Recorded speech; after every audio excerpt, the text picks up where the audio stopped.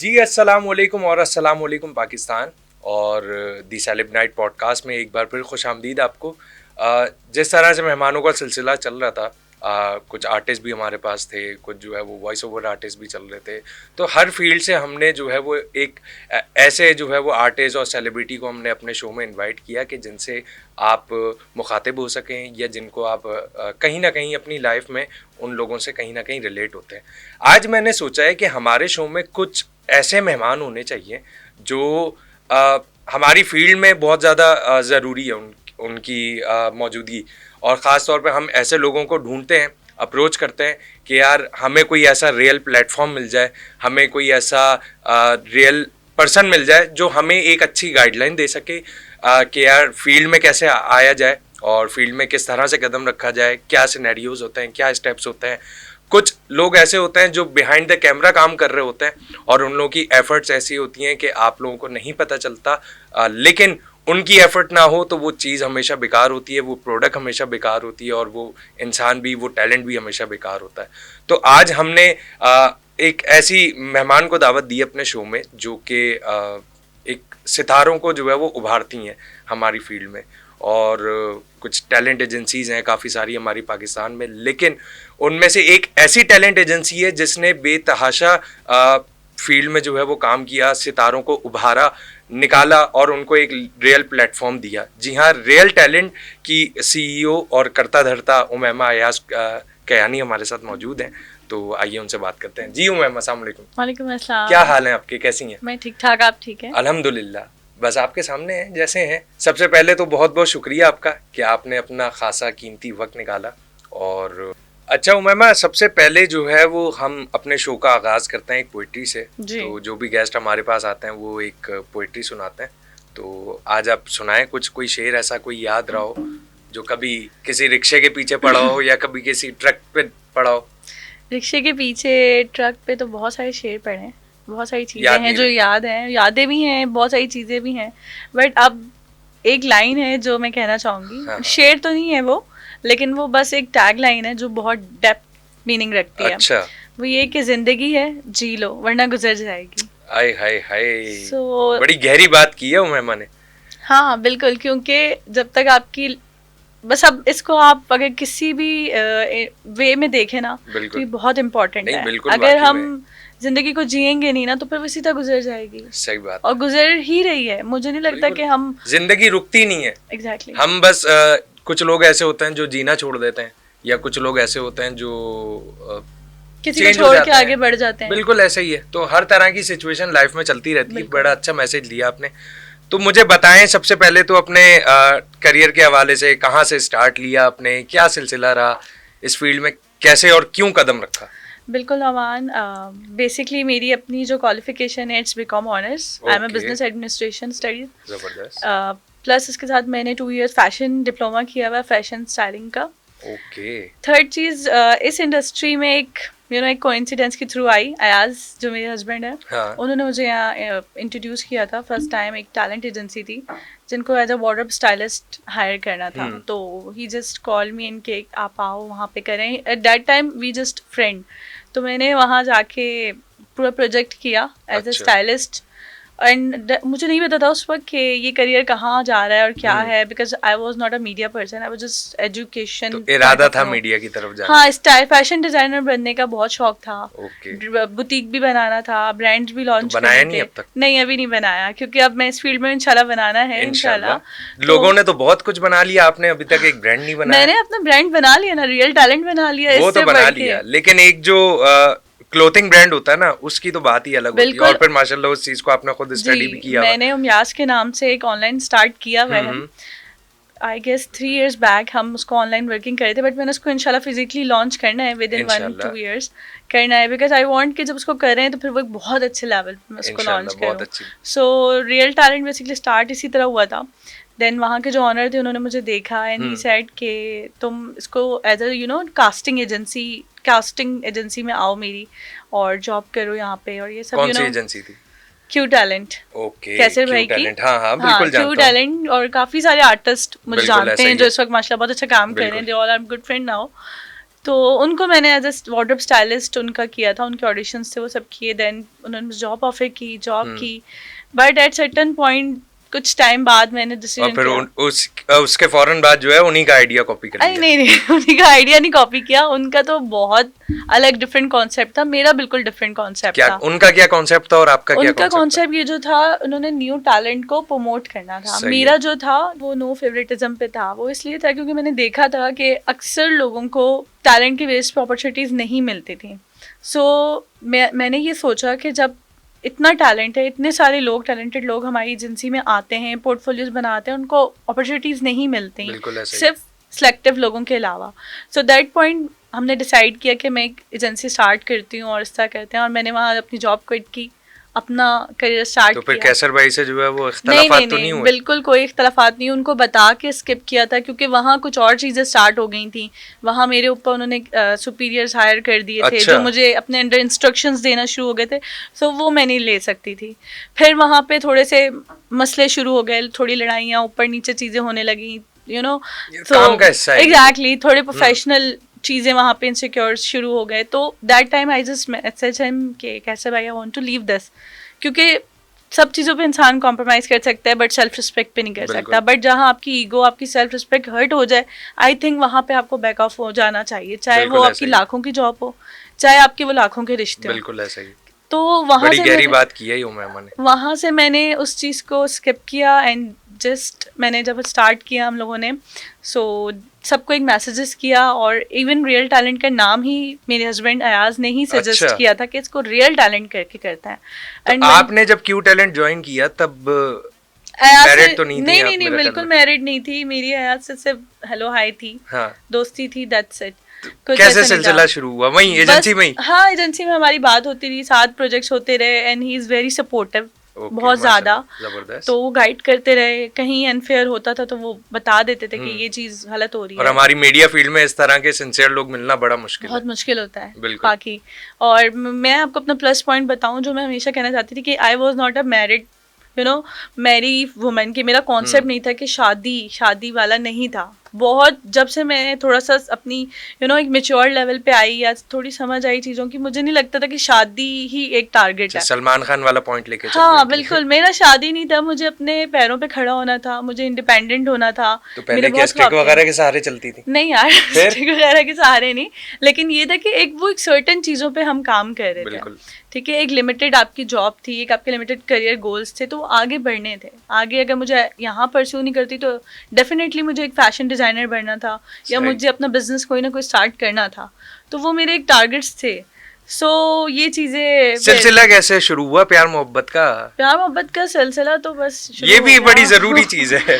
वो तो एक बड़ा सीक्रेट है, ये तो किसी को भी नहीं पता कि कैसे शुरू हुआ, बस पता हो गया। तो होना चाहिए ना, क्योंकि मेरा आज का रिलेशन ऐसे स्टार्ट हुआ कि he was in Dubai, okay, और आई वाज इन पाकिस्तान। तो हमारी जब बात शुरू हुई तो we never met each other, हमारी बस प्रोजेक्ट से हवाले से बात होती थी, as a friend we were talking and discussing the project, that's it. After that जब वो पाकिस्तान आए, फिर हमने 7 प्रोजेक्ट किए, then he approach me for the shaadi कि लेट्स डू इट। एंड थोड़ा सा ट्रस्ट इशू मुझे हमेशा रहते थे कि किस इंसान से बंदा शादी करे, तो उसको वो इतना मेरे लिए मैटर ये था कि आपकी सेल्फ रिस्पेक्ट को केयर करे, आपको ट्रस्ट करता हो, और दूसरी चीज़ आपके लिए स्टैंड ले सके। ये चीज होना, आजकल ना लड़के बहुत फ्लर्ट करते हैं, बिल्कुल ऐसे मैंने देखे हैं, और मैंने मीडिया फील्ड में तो ये कुछ ज्यादा ही है, बहुत ज्यादा है। मैंने इस मीडिया से पहले भी बहुत जॉब्स की हैं, 2011 से मैं जॉब कर रही हूँ, एंड ट्रस्ट मी नोमान, मैंने बहुत रेयर केसेस में कोई सिंसियर मर्द देखे हैं। मैं बोलना नहीं चाहती, जो टाइम आप बता रही हैं 2011 का, उस टाइम पे तो जो है वो फिर भी कोई सिंसियर मिल जाता था शायद। अब जो सदी चल रही है या अब 2023 में तो मिलना बहुत ही ज्यादा मुश्किल है। मिलते आपने सही टाइम पे राइट चॉइस ले ली। हाँ सही कह रहे हैं आप, बिल्कुल। मेरी हयात से मुलाकात, हम लोगों का जो एक सिलसिला स्टार्ट हुआ वो बिना एक दूसरे को देखे हुआ था, हम एक दूसरे से नहीं मिले थे, उससे पहले ही उन्होंने मुझे शादी के लिए प्रपोज कर दिया था। क्या बात है, और बस जब वो यहाँ आए तो आपने सोचा नहीं कि यार पहले मिलूंगी, देखूंगी? नहीं, मैंने उनको हाँ नहीं बोली थी। अच्छा। जब वो आए, उन्होंने मुझे मिलने के लिए बुलाया था, बट आई सेड कि अच्छा मिलते हैं, बट मैं डायरेक्टली कभी भी नहीं मिली, कभी भी हम लोग नहीं मिले, एंड वी जस्ट हमने प्रोजेक्ट्स किए, देन लेटर ऑन थोड़ा दिल को तसल्ली सिलसिला हुई चलता कि रहा। ये इंसान बहुत अच्छा है, बहुत अच्छे हैं, और आगे आप इसके लाइफ कंटिन्यू कर सकते हो, बहुत इंपॉर्टेंट होता है।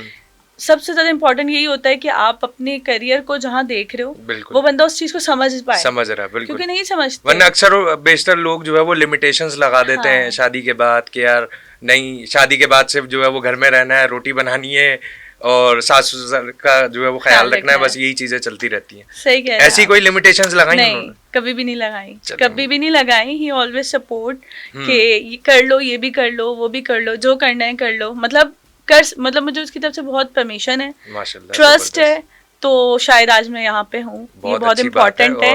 और इसके साथ साथ मेरे फादर और मेरा भाई, आज से पहले जितने मैंने जॉब की, मेरे हस्बैंड से पहले मैंने जितनी जॉब की, उसपे मेरे भाई ने, मेरे फादर ने मेरा बहुत साथ दिया है, इतना साथ दिया है कि इवन मेरी ट्रेनिंग्स हो रही होती थी, 6-6 घंटे मेरा भाई बाहर बैठा हुआ होता था धूप में। क्या बात। So that was 2013-14। मेरे पापा को बहुत था, उनको शुरू से था कि बेटा कुछ भी करो, बस मेरी रिस्पेक्ट का ख्याल रखना, यू नो। सो जब कोई भी मतलब रिलेशन जब आपका स्टार्ट होता है, सो वो चीज़ भी मैंने उनसे डिस्कस की कि इस तरह एक है, और आप देख लें, मिल लें, आप लोगों को समझ आ जाए, तो फिर वो मिल लिए, कर लिए, हो गया, फिर माशाल्लाह शादी भी हो गई। सो अल्लाह का शुक्र है, करियर, फैमिली, पर्सनल लाइफ, सब चीज़ें चल रही हैं। अक्सर बेशतर वरना लड़कियों को बड़े इश्यूज फैमिलीज की तरफ से फेस करने पड़ता है मीडिया में आने के लिए। तो मुझे शुरू में हुआ था, थोड़ा पापा को समझाना पड़ा था कि ये कैसी फील्ड है। उनको ऑब्वियसली हर फादर का एक माइंड होता है, और देखिए मैं जिस फैमिली से बिलोंग करती हूँ वहाँ कोई भी मीडिया फील्ड में था ही नहीं। अच्छा, बिल्कुल अलग फील्ड थी ये। सो मेरे लिए बड़ा चैलेंजिंग था, क्योंकि जब मैंने फैशन डिजाइनिंग पढ़ना स्टार्ट की थी, तो वो यूनिवर्सिटी ही इतना एडवांस माहौल था ना कि मेरी मदर कभी देखती थी, यार ये कैसा इन्वायरमेंट, कैसा है, चीज़ें कैसी हैं। तो ये मुझे ऐसा लगता है कि आपको अपनी बेटियों को खुद कॉन्फिडेंस देना चाहिए, और बच्चियों को भी चाहिए कि अगर आपके पेरेंट्स आप पे इतना ट्रस्ट कर रहे हैं, सो आप उसको अवेल करें। ये नहीं कि आप कुछ ऐसा कर दें कि माँ बाप फिर ट्रस्ट करना ही ख़त्म कर दें। तो अल्लाह का शुक्र है, मेरे पेरेंट्स का मुझ पर प्राउड है। कहीं भी हूँ मैं, उनको पता होता है, मेरे हस्बैंड को पता होता है, मेरे भाई को पता होता है कि ये कहाँ है, क्यों है, किसके साथ है, तो ये बड़ा मैटर करता है। बिल्कुल ऐसा ही है। और अगर शादी के बाद एक लड़की अपनी फैमिली में इन्वॉल्व हो जाती है ना नोमान, सो आई थिंक उस फैमिलीज को भी उस चीज़ को अप्रिशिएट करना चाहिए कि आप बाहर, आपकी लाइफ क्या है प्रोफेशनल वे में, मैं जानती हूँ मैं क्या हूँ, लोग जानते हैं मैं क्या हूँ, बट मेरे घर में मैं क्या हूँ वो मुझे पता है कि मैं उनके साथ, उनके माहौल में एडजस्ट हूँ। सो अल्लाह ताला सबको। तो ससुराल वालों की तरफ से कोई मसले पैदा हुए? मेरे नहीं, कभी भी नहीं हुआ। स्टार्टिंग में मैंने खुद थोड़ा सा अपने काम को स्लो रखा था, क्योंकि न्यू फैमिली थी। I want to give time to them, I want to understand them कि क्या है, कैसा सब चलेगा। आपने इन चीज़ों को अंडरस्टैंड किया, आपने इन चीज़ों को देखा और वैल्यू दी, वरना खास तौर पे जो वर्किंग वुमेन्स होती हैं वो इस तरह की चीज़ों को वैल्यू नहीं देती कि यार ठीक है यार, शादी के बाद जो काम चल रहा है मेरा, मैं उसको कंटिन्यू करूँगी, और मियाँ से जो है वो पहले ही डिमांड्स आ जाती हैं और ये चीज़ें आ जाती हैं। तो आपने इस चीज़ को समझा, सुन के बड़ा अच्छा लगा कि मतलब ऐसे भी लड़कियां या ऐसे भी लोग हैं इस दुनिया में कि जो आज भी जो है वो ख्याल रखते हैं मैरिड लाइफ के बाद। बिल्कुल, मैंने कोई डिमांड नहीं की, मैंने गैप लिया, थोड़ा फैमिली को अंडरस्टैंड किया, सब चीज़ें देखी, और by the time Aahista Aahista चीज़ें फिर स्टार्ट की, क्योंकि रियल टैलेंट एक बन चुका है अल्हम्दुलिल्लाह। सो आज सब जानते हैं उसे। तो रियल टैलेंट का नाम किस तरह से सोचा? रियल टैलेंट आइडिया कैसे जनरेट हुआ? आइडिया मैं आपको क्या बताऊं, हम लोग बस एक रूम में बैठे हुए थे, हम डिस्कस कर रहे थे कि नाम क्या होना चाहिए। तो मैंने और आपने म्यूचुअल डिस्कशन से कहा कि रियल टैलेंट रख सकते हैं, क्योंकि हमें एक नो फेवरेटिज्म, तो हमारा टैग लाइन डिसाइडेड था। अच्छा। तो उसके बेस पे हमने कंपनी का नेम रजिस्टर्ड करना था कि हमने क्या करना है।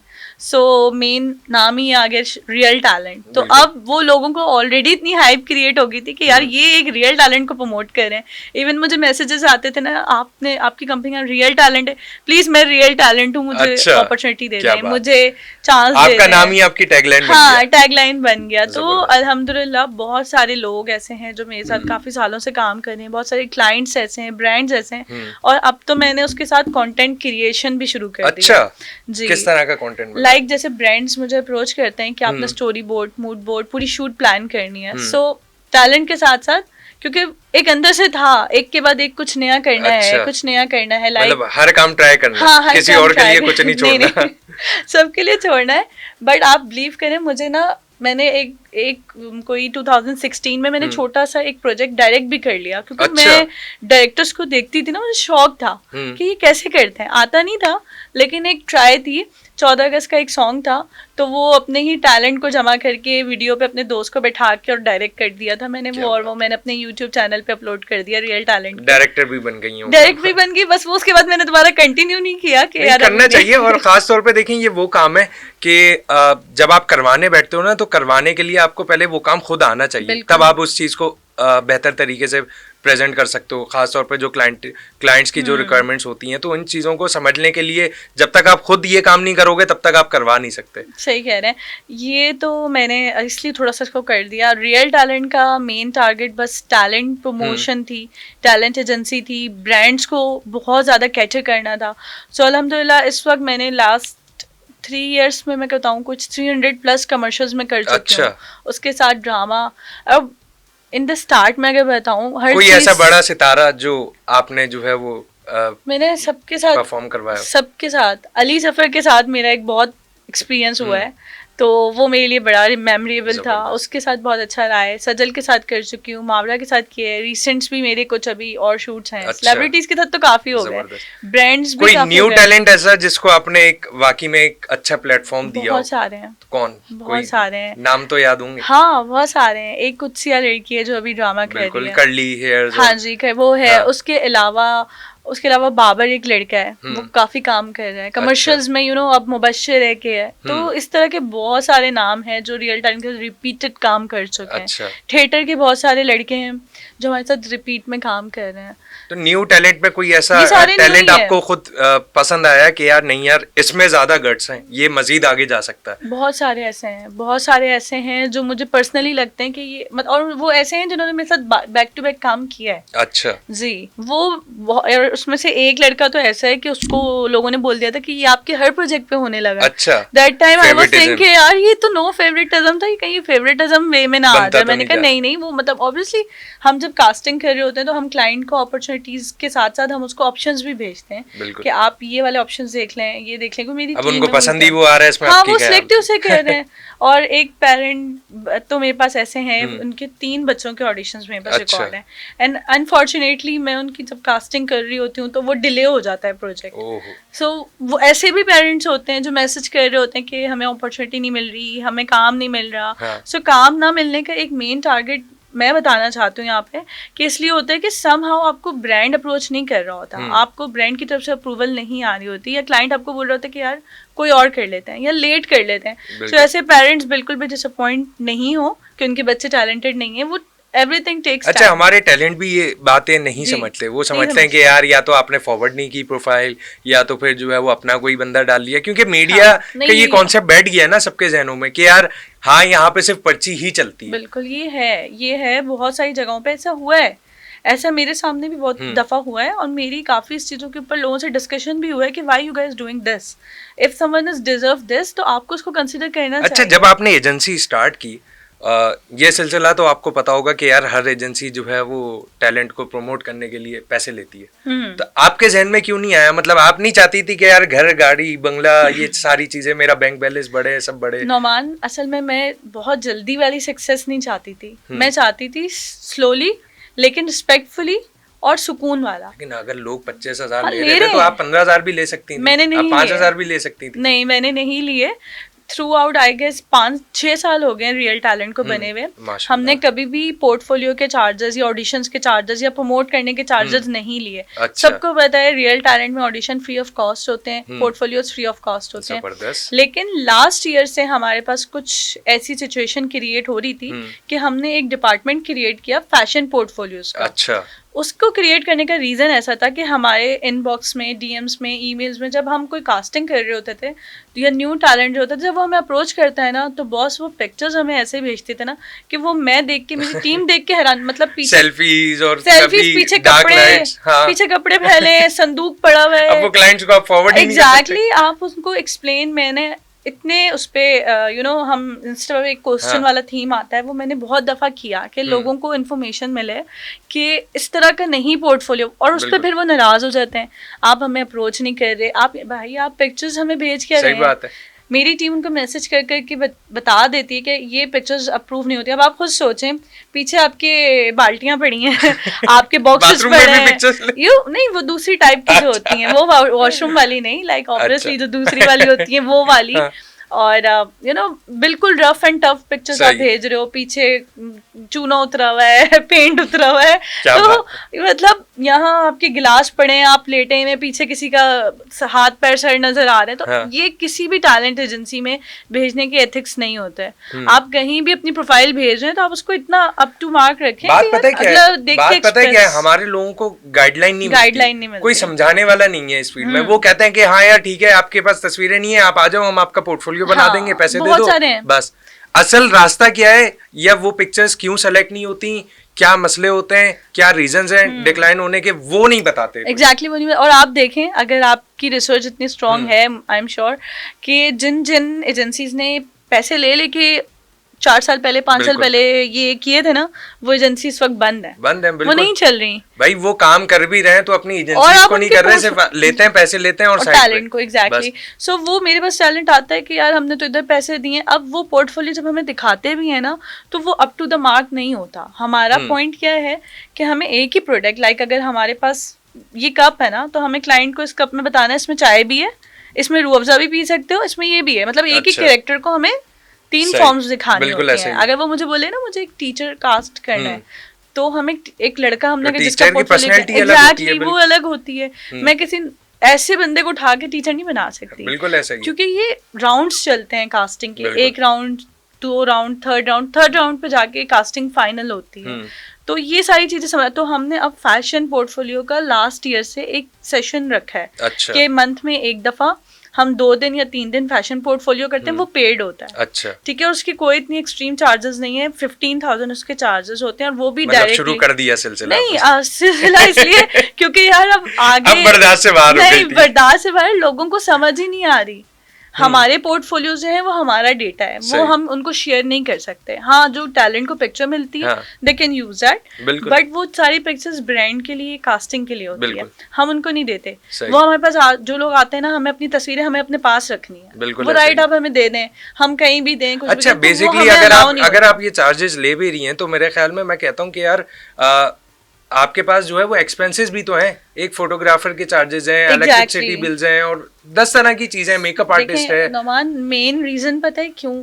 क्योंकि अगर हमारा जो फोटोग्राफर है वो हमारी लेवल का शूट कर रहा है, जैसे एजेंसी को चाहिए वाइट बैकग्राउंड पैनल, वो कर रहे हैं, लेकिन जो टैलेंट आ रहा है हमें तो फैशन शूट करवाना है, हमें तो इस लुक में भी करवाना है, ये भी करवाना है, वो फिर फरमाइशी प्रोग्राम एग्जैक्टली। और उनको फिर ये चीजें समझाना अब टाइम नहीं है वो वाला कि हम वो समझाएं। तो हम कहते हैं कि एक फैशन पोर्टफोलियो, और उसमें क्या है, एक मेकअप आर्टिस्ट हायर होता है, आपको पता है एक नॉर्मल भी मेकअप आर्टिस्ट हायर हम करेंगे तो वो 2-3 हज़ार रुपए लेता है, लेकिन जब हम एक एजेंसी का शूट कर रहे होते हैं, जब हम एक बंदे की प्रॉपर स्टाइलिंग और ग्रूमिंग कर रहे होते हैं, तो हमें उसको प्रॉपर मेकअप आर्टिस्ट अच्छा हायर करना पड़ता है कि उसको लुक्स पता हो। बिल्कुल ऐसा ही, क्योंकि वो उसको कैमरे के आगे क्या दिखाना है, चेहरा देखकर फिर उसको पर्सनैलिटी का लुक देता है ना। तो ये पैसे जो होते हैं ना, ये मेकअप आर्टिस्ट के पास जाते हैं, ये फोटोग्राफर जो क्लिक्स कर रहा है, भाई वो क्यों फ्री में आके शूट करेगा आपका, you know, this is the time. अच्छा, अगर किसी का कोई अच्छा कोई पोर्टफोलियो बना हुआ हो, कोई सेंसिबल टाइप का किसी का शूट हुआ हो, तो उनसे भी आप लोग चार्जेस लेते हैं या क्या सिनेरियो? बिल्कुल भी नहीं, कि जिनके पोर्टफोलियो बने हुए होते हैं हम किसी से चार्ज नहीं करते। कोई ऐसा बंदा नहीं होता जिसके हमें ऑलरेडी पिक्चर्स हमारे पास होती हैं, डेटा हमारे पास होता है, वी वांट कि हम इससे चार्ज नहीं, भाई हम क्यों करें, क्योंकि हमारे पास इसका ऑलरेडी डेटा। और ट्रस्ट में नौमान, अब हमारे पास वो टाइम नहीं है कि हम हर 10 दिन बाद लोगों को बुला के उनका पोर्टफोलियो करवाएं, क्योंकि हमारे प्रोजेक्ट्स अल्हम्दुलिल्लाह इट्स गोइंग नाउ। अभी कौन-कौन से प्रोजेक्ट्स आप लोगों के चल रहे हैं जिसमें आपके टैलेंट जो है वो अभी इस मंथ के कमर्शियल्स या ड्रामास कौन-कौन से? सब बता दूं मैं आपको। तो जरूरी है ना, लोगों को पता चलना चाहिए अभी कि यार हाँ भाई ये एजेंसी इन कमर्शियल्स में इन्होंने काम किया है, इन्होंने टैलेंट पे अभी मेरे 3 कमर्शियल्स रियल एस्टेट के चल रहे हैं। अच्छा जी अल्हम्दुलिल्लाह, 2 शूट हो चुके हैं, एक मेरा शूट होना है, एक मेरा लाहौर का प्रोजेक्ट प्लान है, दूसरा 24 को दाना नीर के साथ मेरी एक वीडियो शूट है, वो PR रोइन ब्रांड्स के मतलब पार्टी करेंगे आप? कह सकते हैं, टाइम मिल गया तो कर लेंगे। तो उसका है, उससे अलावा और भी चल रहे हैं, ऊपर नीचे प्रोजेक्ट्स हैं। एक अभी जैस का, हमें भी फिट करवा दें कहीं किसी जगह पे, अगर हम कुछ आप होस्टिंग करें, आप होस्ट बहुत नहीं, हम एक्टिंग भी कर सकते हैं, आप टेस्ट भी ले सकती हैं, मसला नहीं है। नहीं, कहीं नहीं, पे कोई बिल्कुल। झाड़ू मारने वाला कैरेक्टर हो या सिग्नल पे आप भीख आ मांगने जाए, वाला हो। ऑडिशन दे दें मेरे हाँ, पास। बिल्कुल, अभी बैठे बैठे ऑडिशन दे देंगे। आप बोल रहे हैं क्या नहीं यार, करना है। कैमरे पे रिकॉर्ड करवाना है, ये नहीं आपके तो यहाँ स्टूडियो पे भी आए हैं कैमरे तो पे हो रहा है, नहीं मोबाइल पे आपके तो शूट हो नहीं रहा है यहाँ पे। मतलब आप क्या कहना चाह रही हैं। नहीं नहीं, मतलब मैं अपने कैमरे पे शूट करवाऊंगी अच्छा। ना, मैं अपने कैमरे पे अपना डेटा आपका जो सारा है वो अपने पास सेफ रखूंगी। ओके। फिर मैं उसको देखूंगी कि इसमें कितना इम्प्रोविजन हम कर ठीक सकते है। हैं, और ये सारी चीजें बेसिकली होती मैडम हैं। आप जो करेक्टर देंगी हम कर लेंगे। चलें, ये आपकी बहुत बड़ापन है कि आप इतना ट्रस्ट कर रहे हैं, वरना लोग कहते हैं नहीं नहीं जी ये करेक्टर अभी हम नहीं करना चाह रहे हैं। भाई न्यू टैलेंट को स्ट्रगल करना पड़ता है, बिल्कुल ऐसा ही है, जरूरी टाइम है। करना पड़ता और है। आजकल के लोग जो है वो स्ट्रगल की तरफ जाते ही नहीं, नहीं है। नहीं, वो उनको- कहते हैं बस यार दिन आज शूट किया हमने और कल हमें शोहरत मिल जाए, कल हर बंदा आके हमारा ऑटोग्राफ ले इवन रहा हो। ऐसा होता है कि जो ऑडिशन दे के जाते हैं ना, उनके 3 दिन 4 दिन बाद मैसेज आना शुरू हो जाता है, हमने ऑडिशन दे दिया, क्या अपडेट है। मुझे ये चीज़ बताना बहुत ज़रूरी मैं समझती हूँ कि अगर आप कहीं भी ऑडिशन दे के जा रहे हैं ना, तो एटलीस्ट आपको वेट करना पड़ेगा। बिल्कुल ऐसा इट्स ही है। जस्ट अपॉन योर लक कि अगर आपको नेक्स्ट डे कॉल आ जाती है, बिल्कुल। बट अगर नहीं आती तो आपको थोड़ा सब्र करना चाहिए। बिल्कुल भाई, क्योंकि टाइम लगता है। 2 महीने 3 महीने भी लग सकते हैं। ये है कि आप क्लाइंट्स को डाटा फॉरवर्ड करते हैं, कुछ क्लाइंट्स को समझ आता है, कुछ को नहीं आता, और जब नहीं आता तो फिर उसमें टाइम तो लगता है हाँ, ना। और कुछ ये सोचे कि भाई पता नहीं क्यों नहीं हो रहा, तो ये हमारे हाथ में नहीं होती। कुछ चीजें यू नो आप उस ब्रांड पे फिट तो नहीं हो आप कुछ रहे होते। टैलेंट के हवाले से कुछ सेशंस क्यों नहीं रखती हैं जिसमें बुला के लोगों को गाइड दी जाए, समझाया जाए। मैं सोच रही हूँ इस बारे में। जरूरी है। बिल्कुल, मैंने 2018 में वर्कशॉप की थी हम्म। कुछ न्यू टैलेंट थे, उसमें हमारे पास हमने सिर्फ रजिस्ट्रेशन फॉर्म रखा था 1000 रुपए का, अच्छा। और हमारे पास कोई 30+ लोग उसमें हुए थे Registered कि रजिस्टर्ड हुए थे कि हमने करना है, और हमने वहाँ वर्कशॉप्स दी थी। वो 2 हफ्ते की थी, और काफ़ी लोगों को एक्सप्लेन करना पड़ता है, क्योंकि नौमान जब तक आप उनको समझाएंगे नहीं ना डीपली, जब तक आप उनको कैमरा फेस करना नहीं बताएंगे, जब तक आप उनको सब्र करना नहीं बताएंगे, जब तक ग्रूमिंग नहीं होगी, तो ये यहाँ टैलेंट लोगों को समझ नहीं आ रहा। मैं बोलती हूँ कि यहाँ पे बहुत लोग हैं मेरे पास इतने, अगर आपको मैं भी अपना इंस्टा चेक करवाऊँ रियल टैलेंट का, इतने मैसेजेस होंगे, एंड आई रियली वांट कि सब करें काम। हमारे पाकिस्तान में टैलेंट की कमी नहीं है, बहुत टैलेंट है। टैलेंट निकालने वाला कोई नहीं है यहाँ पे। अगर आप निकाल भी रहे हैं ना, तो उसको इम्प्रोवाइज करना हम पड़ता अपने है। मतलब का टैलेंट निकाल रहे हैं। हाँ, अगर हम कि उसको जिनसे हमारी डिमांड्स पूरी हो सके, जिनसे हमारी चीजें पूरी हो सकें। तो आपकी एजेंसी में कोई ऐसी रिक्वायरमेंट है खास तौर पे जो लड़कियों के लिए, जो एक गिव एंड टेक वाला सिलसिला बहुत, चल रहा है, हाँ, और लड़कियां इस फील्ड में आते हुए डरती हैं। लेकिन अब मुझे लगता है लड़कियां इतनी कॉन्फिडेंट हो गई हैं।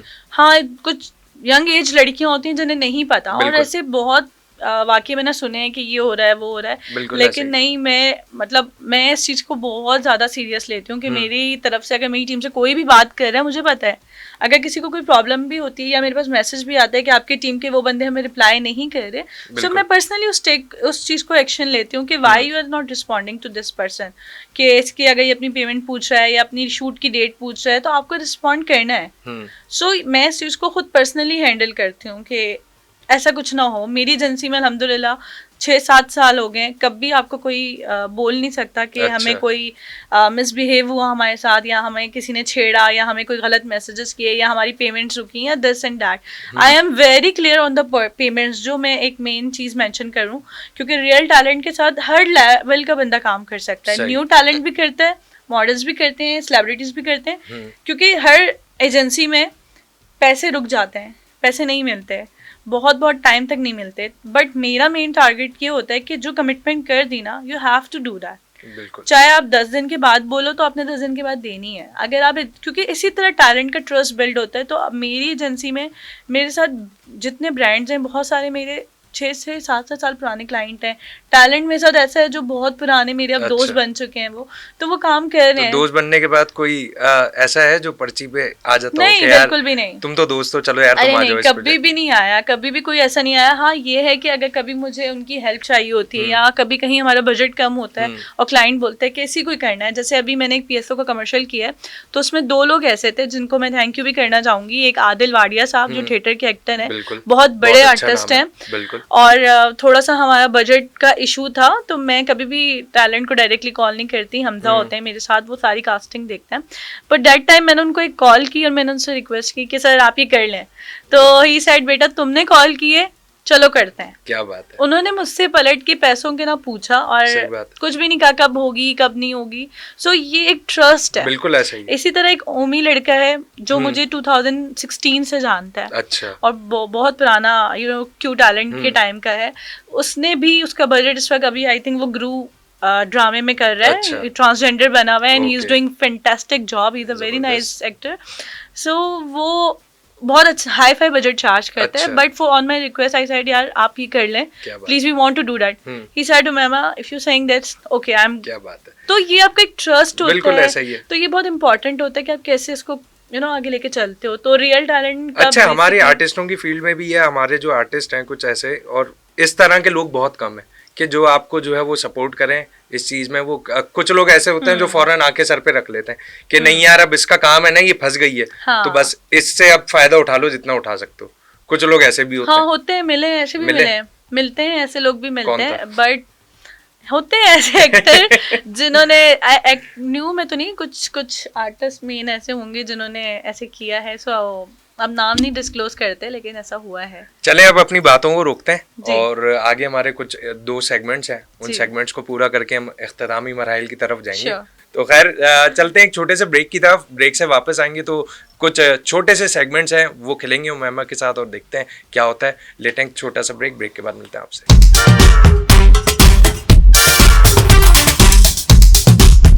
जी नाज़रीन, एक बार फिर खुशामदीद और चलते हैं बगैर वक्त ज़ाया किए उमैमा की तरफ। और ये सेगमेंट है हमारे पास थॉट ऑफ वर्ड्स। उमैमा कुछ समझ आ रहा है इस वर्डिंग से, इस अल्फाजों को देख के? आप बता दें क्या हो सकता है thought of words? Thought of words तो बहुत सारे हो सकते हैं, बहुत सारी ऐसी कोई टॉपिक जिसको हम बताएं और उसके मीनिंग्स बहुत डीप हों। बिल्कुल लेकिन खैर थॉट ऑफ वर्ड्स ऐसा है कि मैं कुछ लोगों के नाम लूंगा और उनके बारे में सुनते ही जो है वो आपके जहन में जो भी पहला थॉट आए वो आपने जो है वो बोल देना। ठीक है, बगैर कुछ सोचे समझे। टाइम नहीं लेना। अब ये कुछ भी निकल सकता है। चलें, सही है। खैर यूट्यूबर्स। लकी। ओके। टिकटॉकर्स।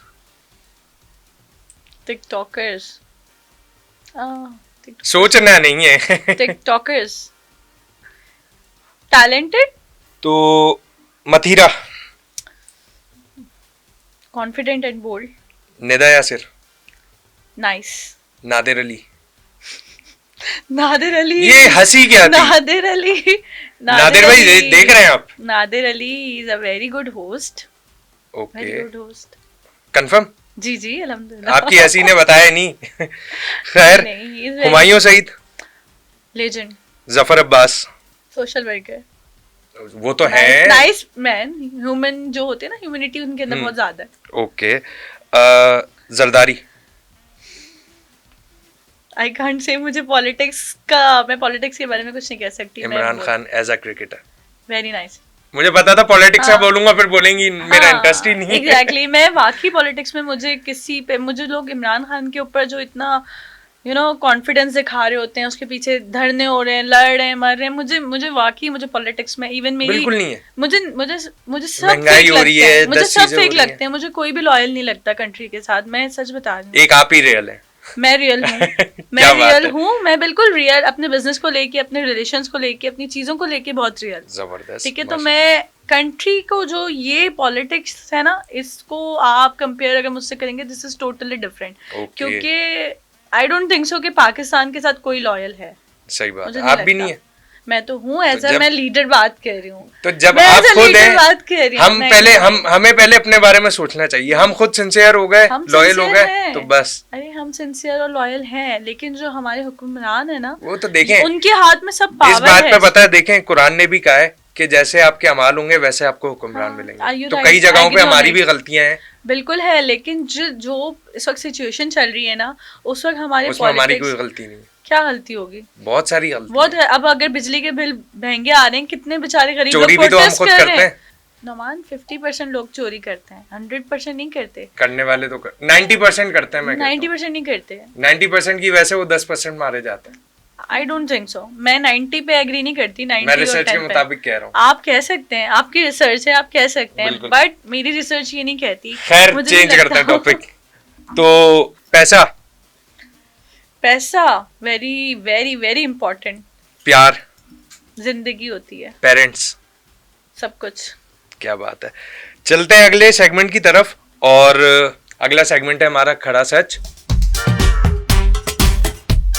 तो नाज़रीन, अब ये सेगमेंट है हमारे पास खड़ा सच। एज यूजुअल आप सबको पता है खड़ा सच। तो यहाँ पे जो है वो मैं आपको कुछ इदारों के नाम दूंगा, ठीक है, और उन इदारों के बारे में या उन फील्ड्स के बारे में आपके जहन में क्या आता है वो आपने जो है वो सच सच बताना है, ठीक है, बगैर झूठ बोले। जो भी कहूँगी सच कहूँगी, सच के सिवा कुछ भी नहीं कहूँगी, ठीक है। बॉलीवुड, अपॉर्चुनिटीज बहुत ज़्यादा होती हैं यहाँ पे। हॉलीवुड, हॉलीवुड टैलेंट को प्रोवाइड, जो आगे ये क्या कहते हैं, टैलेंट को एक्सप्लोजर्स बहुत देते हैं, टैलेंट के बेस पे वहाँ पे काम होता है। लॉलीवुड, लॉलीवुड लॉलीवुड लॉलीवुड में लग भी चलता है, पर्ची भी चलती है। You can say that. कह सकते हैं अगर कहना चाहें तो। डिजिटल मीडिया, आप कह रहे हैं। ओके। डिजिटल मीडिया इस वक्त सबसे ज़्यादा प्योरिटी पे है, सबसे ज़्यादा। Talent agencies,